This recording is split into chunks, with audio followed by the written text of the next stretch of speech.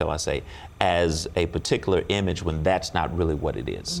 And I have my own dignity, and I don't want to be used because, again, we might understand what's going on, but there are other people who are there who might not know what's going on, and because they don't know what's going on, they see me out with someone else, and then they call you up, hey girl, I saw your boyfriend out, so, and then now I have all this drama. Yeah, that's true. Pastor sleeping around with women, and you know, that's all of that. And so it's just important that the lines are clear.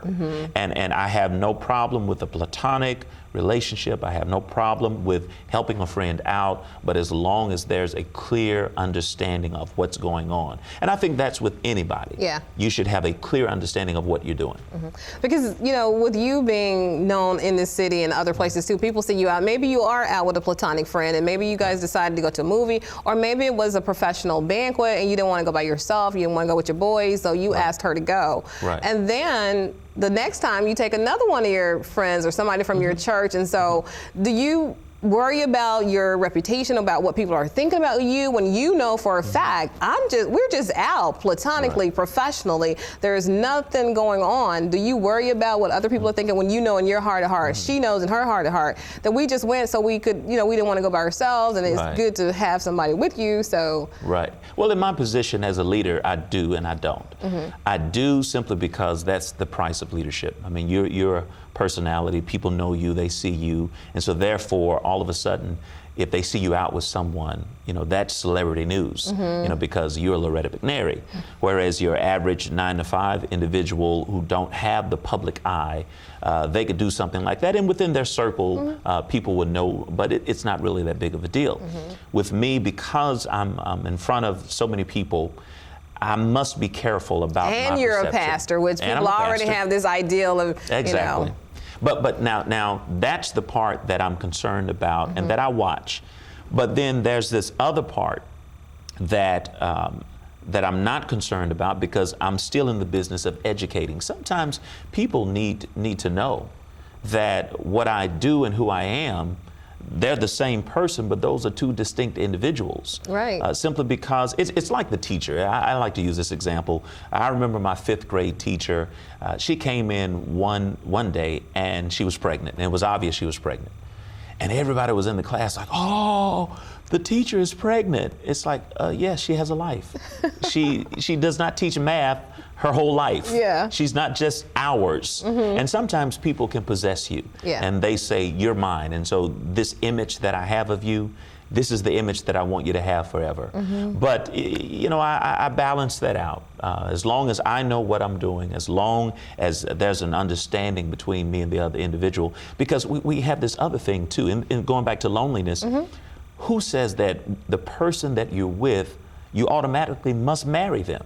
I mean, where do we get this, I'm not going to be with anybody, and now is this the one, and I've got to marry this person? No, there are many different connections and relationships along the way. There are layers and layers and layers of it. But that's when people are just like tunnel-minded. If you, that's what I'm saying. Again, going back to that first date, and all of a sudden, you know, we're in a relationship. And again, like you, when people see you out alone, then there's like, I wonder if she hiding somebody. And then when they see you out with somebody, you go out with somebody, and then, oh, but then the next time you're with another person, and it could just be, even talking at a networking event, people are always, so how do people, especially people that are lonely, you know, well, I have all these friends professionally, and even at my church, but still I'm lonely. Again, it goes back to an inward condition. One of the things that I like to teach is called the 8 stages of life and love. In that first stage, you must know yourself. You must have a good understanding of who you are. The Sydney that was 10 is different from the Sydney that's 30. Which is different from the Sydney that was 20. We are constantly evolving. And as we evolve, we've got to get to know who we are today. Even after relationships, post-relationships, whether it be divorces, whether it be breakups, whether it be the death of a spouse, things change, you change. And you've got to know, who am I today? And because of that, we've got to learn ourselves and really know who we are before we put all of these expectations on other people and get angry at other people's relationships or become envious of other people's successes and say, well, what's wrong with me? I'm not happy. I'm lonely. We've got to identify that. And I think a lot of it, as we are sitting here talking about it, and I'm thinking, I think a lot of probably why people feel or assume they're lonely is because society tells us that if we don't have somebody with us that's either our boyfriend, our girlfriend, our man in some kind of relationship, then we should feel lonely. So we kind of embrace that and take that on, but not necessarily, because you're an adult. You can always go somewhere. You don't have to be alone. Right.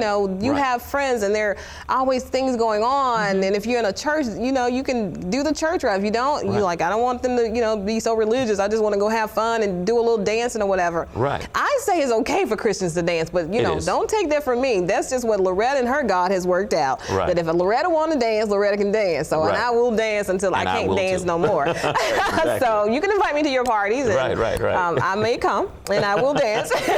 So I just want people to understand, because we get so caught up in what people will think. What will they think? And I think that's why so many people experience loneliness around this time.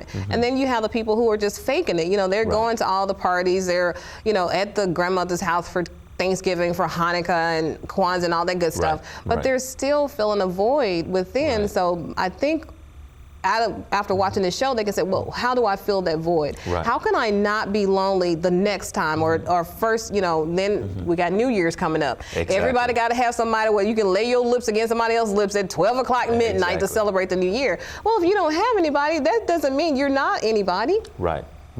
You see, real talk. Yes. Real talk. That's why I go back to, let's identify what is this loneliness you're feeling. It's something inward. Many times people are horny. Yeah. And they want someone, but of course the morals keep them from just really going here, there, and everywhere. But that's what they're feeling. They have this intimacy need, whether it be sexual, whether it be relational. They're having this void in them that they're trying to fill. And if we don't identify it, we will allow it to build and fester and thrive until we become desperate. Yeah. And when we become desperate, that's when we encounter these one-night stands. We make bad decisions. We make bad decisions. Exactly. Yeah. Just for the sake of, I need to be with someone for this season, holiday season, when really I'm not addressing this inward issue, and I'm not putting some things in place to deal with it. The elephant in the room is, who am I? What makes me happy, and what can I do to make me happy? Exactly. Because what happens, and why I think we have a huge divorce rate, one of the many reasons, because people think when you get married, he's gonna do everything. He's gonna make me happy. It'll all be la la la la la. We'll live happy ever after. Or she's gonna cook for me. The house will be clean every day and everything. But that's not that's not ideal. That's not realistic. It's not. So until you decide what makes you happy, and you decide, I'm gonna be happy regardless of these external circumstances. I will not be lonely. I may be alone, but I'm not lonely, because at any given time I can pick up the phone or I can get out of my house. Especially you, those who are not bedridden, you can get out and go. And if you are bedridden, swallow the pride. Call somebody over. Look, I'm lonely. Exactly. I am lonely. Exactly. Can you come over? Phone conversation, come over, pack me up, let's go somewhere. You're always in control. Yeah. You always have the power to change your external circumstances. And like you said, having friends platonic friends, that you can bring a wholeness to the relationship, and they bring a wholeness to the relationship. It can help you overcome it during the season. That is so wonderful. And for those who are, because I have friends who, have challenges, physically challenged in different areas, maybe, we all are challenged some kind of way. Sure, but I'm talking about those who don't have the physical use of everything like we do right now, you and I'm talking about us compared to those who cannot. Then don't think that you're not enough, because you are. Look at, there's somebody for everybody, as they say. People are going to see you and not your challenge. Exactly. So, and it happens all the time. So it just got on my heart to tell them that. That's good. You are more than enough. That's your good. challenge will not stop who God has for you. He will not stop people who He does not have for you, because they'll see a situation and come in.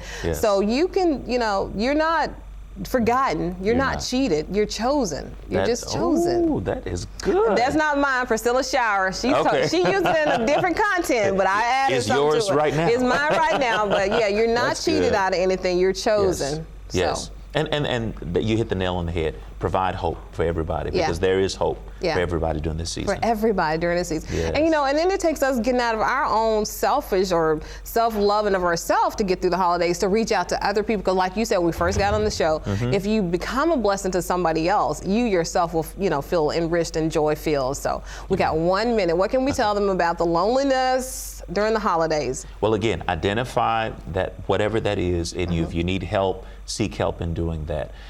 Also, surround yourself with friends that you can spend time with. Friends that you don't put pressure on them to be a particular way, and they don't put pressure on you. Go to the movies, Christmas Carol, sing, do something nice for someone else. And in sowing that seed, there's a harvest you'll reap that will help you overcome that loneliness. Right, and if nobody invited you anywhere, throw your own cocktail party, throw your own dinner, throw that thing That's it. yourself and invite somebody. Somebody will come get a free meal. That's I it. know, anytime, so you can do that. So I want to tell everybody, and we only have a couple of minutes, how can we find you? You're on Facebook, you have an email. How can they find my Dr. Sid? Well, you can go to askdrsid.com. That's Okay. ask, A-S-K, Dr. D-R, Sid, S-I-D.com. Yeah. And give us whatever question you have, and we'll be glad to Who answer. knows? We may address it on the show. So send us right. your questions, and that would be awesome. Okay, so there's askdrsid.com, and you can always Exactly. find me at lorettamcnary.com. But 'tis the season, really, to be jolly. 365 days a year, not Exactly. just during the holidays, but find a way, That's a it. reason. Count your blessing. Count the things that are going really, really well for you, and you too can experience joy and not be lonely during the holiday. We solved it. That's it. We solved it. Boom. It's That's that it. simple. Call us. We'll talk to you. Well, Exactly. email us. Okay, I can't talk to everybody. But thank you, Dr. Sid. Happy holiday. Happy holidays. And we'll see you all very soon. Thank you guys so much for watching Loretta McNary Show today. We're so excited about it. Think positive, dream big dreams, help someone along the way, and we will see you all very, very soon. Bye-bye. Yes.